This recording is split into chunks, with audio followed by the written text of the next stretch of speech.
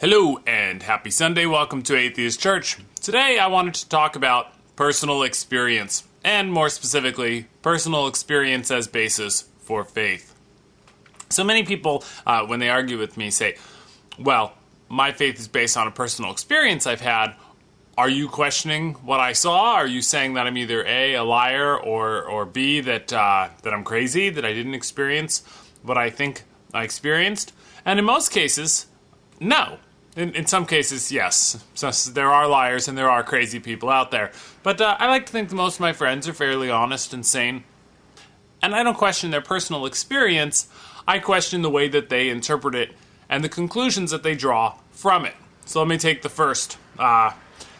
Someone commented on one of my videos recently, some crazy business about God speaking to them in thunder as they flew through the sky and they saw God and Jesus, and we all better watch out because they rule the afterworld with an iron fist. It was really quite wild.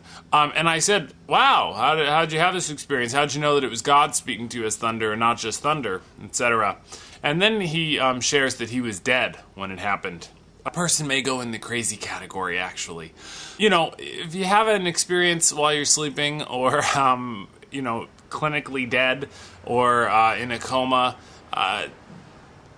do you not understand why I would dismiss that right there? And if I myself had those experiences, I've had intense dreams in my life, and where I take meaning from those dreams is, well, it was in my mind. It was my brain that came up with it. What's going on? Why am I fixating on those particular things? What does it mean? Am I stressed out about something I maybe didn't know I was stressed out about? But whatever a dream is constructed of, it's something that's in you. So yeah, I do question the validity of, whether or not you actually left your body. Amazing that it never happens when you're awake and alive. When I was a kid, I used to drive by Mount Rushmore regularly, all the time. It was on a regular route along our freeway. We would drive, I would look, there was Mount Rushmore. It got to be sort of a boring, common thing. But then I realized one day on the drive to Los Angeles from Riverside that I hadn't seen Mount Rushmore in a long time. I said, Mom, what happened to Mount Rushmore? She said, what do you mean? I said, we used to pass it on the way to LA. She said, no. Mount Rushmore's not in California. We've never been to Mount Rushmore. I can't tell you how solidly I remember seeing Mount Rushmore and seeing it repeatedly. I had a dream. Dreams can be extremely vivid and realistic. But my brain analyzed it and went, that must have been what it was, as real as the memory felt.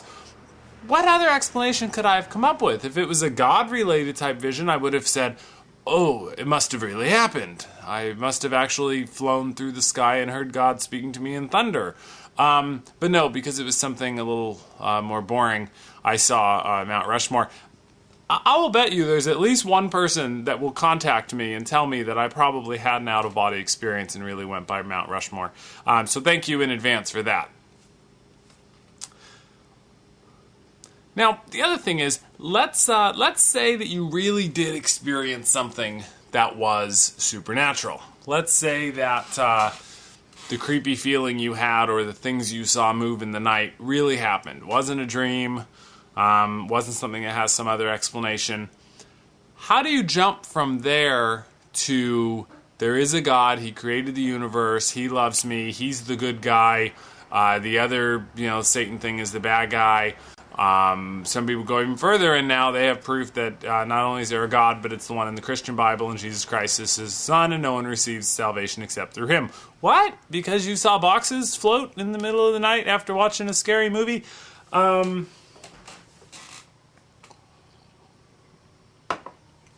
That's a big jump.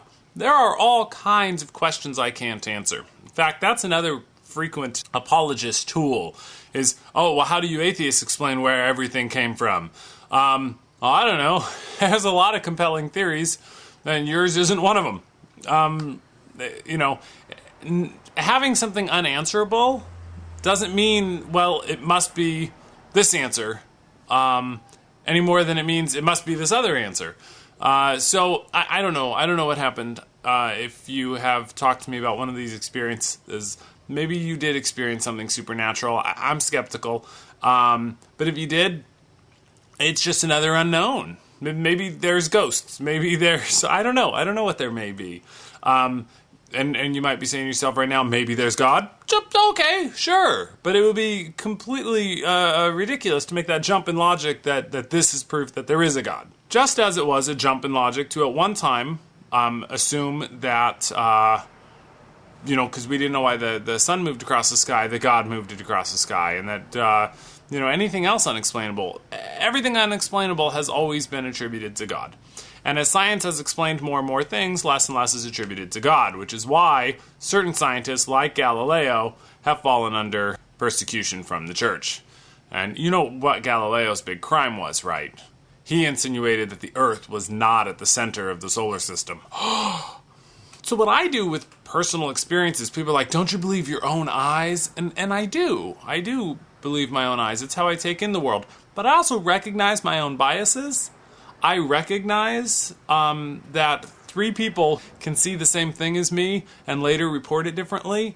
I am less conceited than someone who says, well, I saw it, I'm absolutely sure of what I saw, and I'm absolutely sure of every conclusion that I drew from it. I try to be very careful about what conclusions I draw from what evidence, and I remember that I am not a perfect witness either. So that's it today. Just wanted to tackle the personal experience thing. A lot of you gave me suggestions last week, and I really appreciate that. What I've done is I've started a list. And maybe eventually I'll put the list up and let people kind of vote on which ones they like. For now, though, I am on tour with the Coexist Comedy Tour. We have dates scheduled. We're heading up to Seattle, Portland. First, though, we're heading down to LA and Long Beach. We're going to be in San Francisco soon as well. And the other video I'm going to put up today is a contest to help make a commercial for the Coexist Tour. I would love to have a lot of atheists come out, and when we all take turns saying, where are the Christians at, where are the Muslims at, where are the atheists at, to have a big, loud response when I say where are the atheists at. So please, come out and see the Coexist Comedy Tour, and the atheist comedian will be at every one of the shows, I promise.